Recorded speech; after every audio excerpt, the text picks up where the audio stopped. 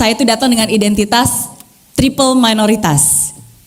Triple minority ya, ada 3. Pertama saya perempuan, kedua saya juga non-muslim, saya Katolik, dan yang ketiga saya juga keturunan Tionghoa. Dan dalam politik yang namanya triple minority itu sungguh-sungguh bukan rule of majority. Tapi saya melihat justru perbedaan itu menjadi sebuah kekuatan, dan justru disitulah saya menemukan rumah yang amat sangat tepat buat saya, karena disinilah saya diterima, disinilah saya dibimbing, disinilah saya didengarkan, dan disinilah saya diberikan ruang untuk saya bisa berkontribusi dengan cara kami sendiri.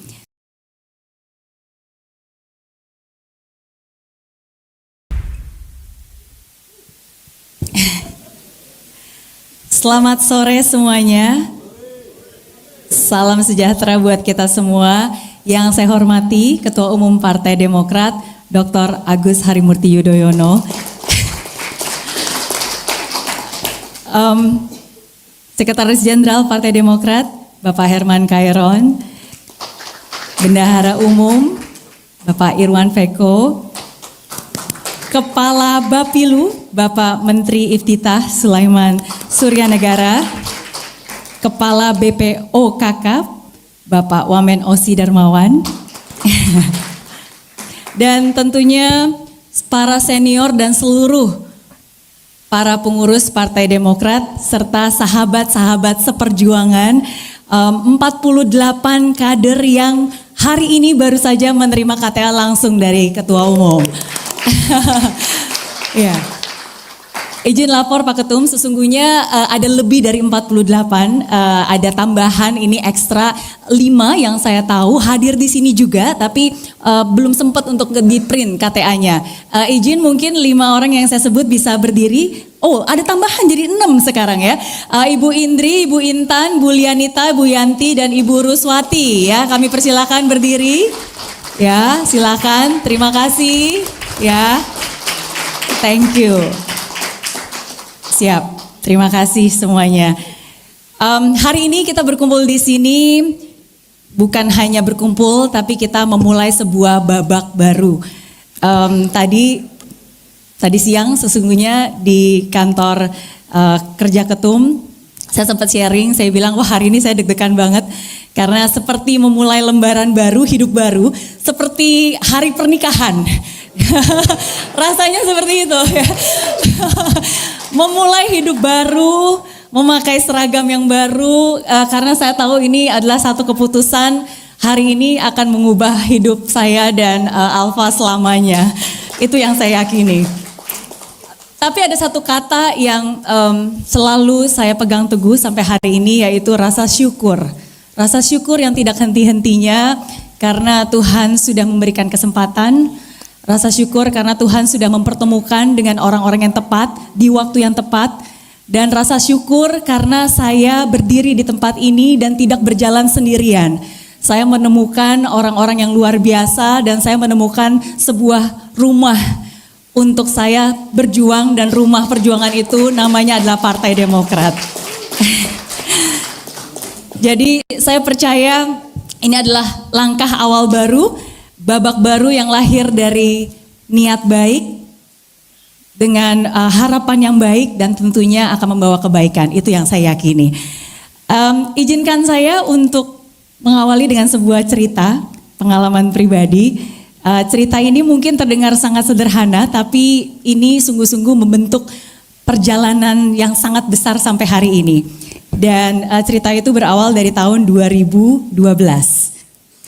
Itu adalah pertama kali saya bertemu dengan Ketum AHY dan juga Mbak Anissa. Dan tadi saya baru ingat, ini 2012 berarti tepat 14 tahun yang lalu. 14 adalah angka yang sangat spesial karena itu juga angka dari Partai Demokrat. Betul? Betul ya. Jadi bukan kebetulan.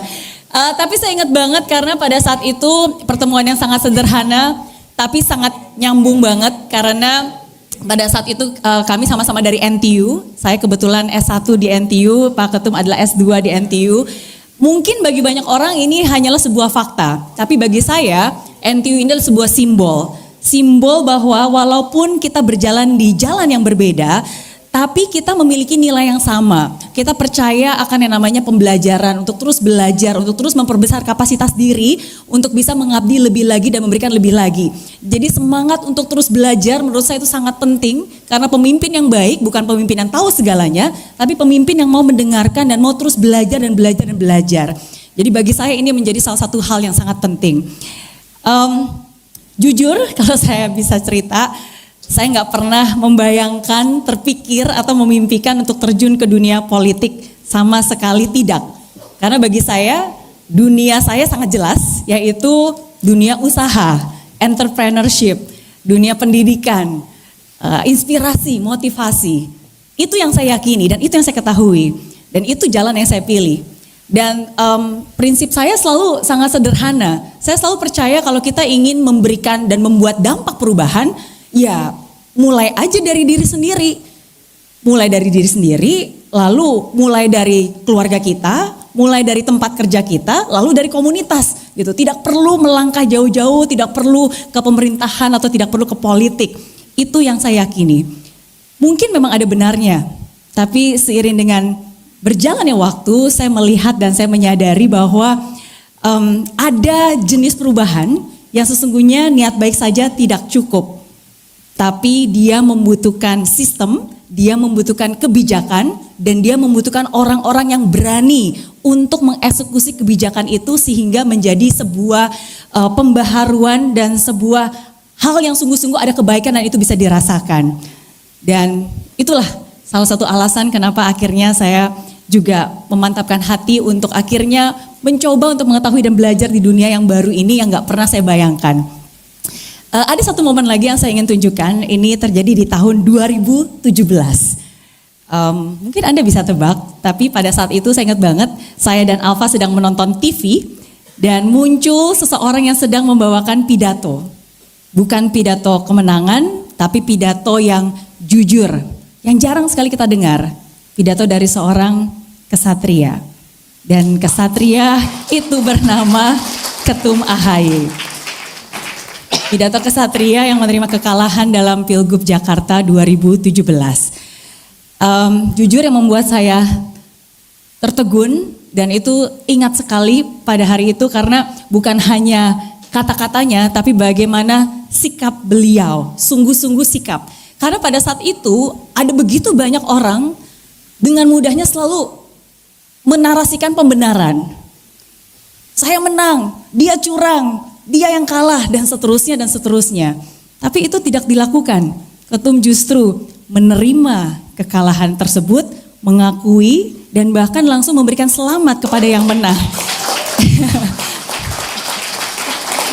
Mungkin bagi banyak orang itu terdengar sangat sederhana, tapi bagi saya itulah salah satu alasan kenapa saya dan Alfa memutuskan untuk berada di sini hari ini.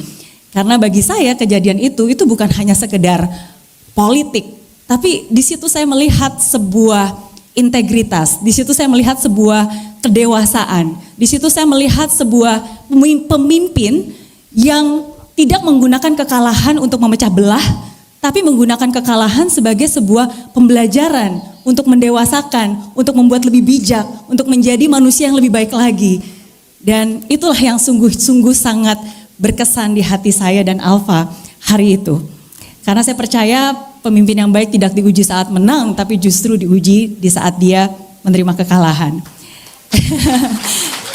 Dan itulah yang akhirnya mendorong saya untuk mengundang beliau. Karena kebetulan pada saat itu saya memiliki program TV show, I'm Possible. Dan saya memberikan tema jiwa kesatria. Dan Ketum hadir di situ dan disitulah saya jadi mengenal lebih banyak lagi. Dan pada saat itu saya ingat banget Alfa berkata kepada saya bahwa kita mungkin memang gak pernah punya rencana untuk terjun ke dunia politik, tapi kalaupun suatu hari nanti Tuhan menghendaki kita berjalan di jalan ini adalah pemimpin yang harus kita support dan harus kita dukung sepenuh hati.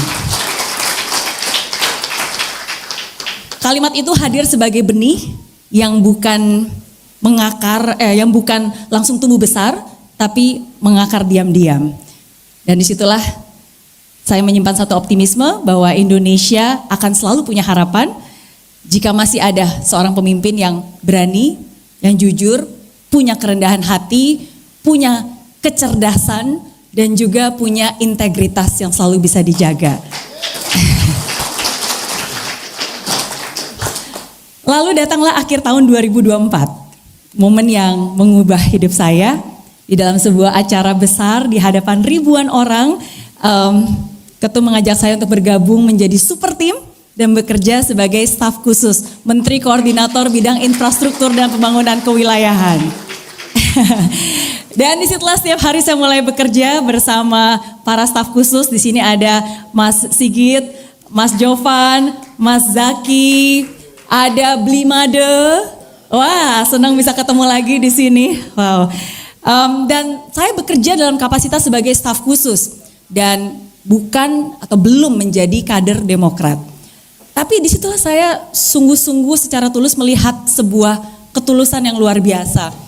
Walaupun saya bukan kader Demokrat, walaupun baju saya belum biru, tapi saya selalu diundang. Saya melihat berbagai macam kegiatan dan satu hal yang indah, saya melihat bahwa Demokrat itu memberikan saya ruang, memberikan saya waktu, menghormati prosesnya. Dan bagi saya itu sangat penting, tidak ada paksaan, tidak ada tekanan, karena keputusan yang besar tidak datang dari sebuah dorongan, tapi keputusan yang besar datang dari sebuah keyakinan.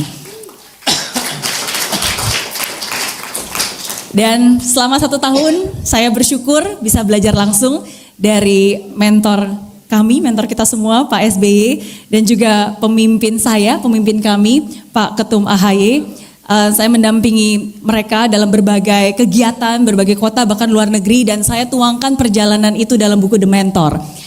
Namun saya sadar perjalanan sesungguhnya bukan perjalanan fisik tapi perjalanan hati. Tapi disitulah saya jadi lebih melihat, lebih memahami dan lebih mengerti. Kadang mungkin saya bertanya, Tuhan apakah ini pilihan yang tepat, jalan yang tepat gitu untuk saya bisa berkontribusi. Bukan karena saya ragu, tapi karena saya ingin memastikan bahwa langkah ini bukan hanya baik di mata manusia, tapi juga benar di hadapan Tuhan. Dan disitulah titik di mana saya semakin mengerti bahwa untuk berjuang, ternyata kita butuh wadah. Kita butuh rumah perjuangan, kita butuh kapal yang besar. Karena niat baik harus diterjemahkan menjadi sebuah kebijakan baik dan dieksekusi dengan sebaik-baiknya. Mimpi memang bagus tapi harus dieksekusi menjadi sebuah program nyata. Dan disitulah saya sadar kalau Indonesia sungguh-sungguh ingin menjadi lebih baik, maka saya tidak cukup hanya bersuara dari luar, tapi saya perlu masuk, belajar, mengamati, mengikuti, dan membangun dari dalam. Dan saya menemukan rumah itu di Partai Demokrat. Thank you. Dan kalau saya boleh jujur lagi, sesungguhnya kalau Anda lihat, saya itu datang dengan identitas triple minoritas. Triple minority ya, ada 3. Pertama saya perempuan, kedua saya juga non-muslim, saya Katolik, dan yang ketiga saya juga keturunan Tionghoa. Dan dalam politik yang namanya triple minority itu sungguh-sungguh bukan rule of majority. Tapi saya melihat justru perbedaan itu menjadi sebuah kekuatan dan justru disitulah saya menemukan rumah yang amat sangat tepat buat saya. Karena disinilah saya diterima, disinilah saya dibimbing, disinilah saya didengarkan dan disinilah saya diberikan ruang untuk saya bisa berkontribusi dengan cara kami sendiri. Dan disitulah saya melihat Demokrat bukan hanya bicara selalu tentang inklusif, tapi sungguh-sungguh mempraktekannya. Dan saya juga melihat satu hal yang sangat khas di Demokrat, selalu nasionalis religius. Nasionalis religius, sesuatu yang sangat menarik karena rasa cinta yang begitu besar terhadap Indonesia, tapi bukan hanya mencintai sepenuh hati, tapi juga menundukkan hati kepada Tuhan. Dan ini adalah kombinasi yang menurut saya sangat-sangat baik, mengakar pada nilai kebangsaan tapi selalu menjunjung tinggi nilai-nilai kebenaran. Demokrat bagi saya sangat unik, tempat untuk saya terus belajar, karena di Demokrat ini kita memiliki mentor yang luar biasa yang sangat dihormati, Pak SBY, yang dikenal sebagai sosok yang penuh dengan wisdom dan ketenangannya menjadi sebuah kekuatan. Tapi selain itu kita juga memiliki seorang ketua umum yang muda, yang energik, yang dinamis, yang cerdas dan berintegritas. Jadi bagi saya ini komplit karena kita punya akar yang kuat, tapi kita juga punya sayap yang siap untuk terbang. Betul atau betul? Jadi kenapa saya memilih untuk terjun ke dunia politik?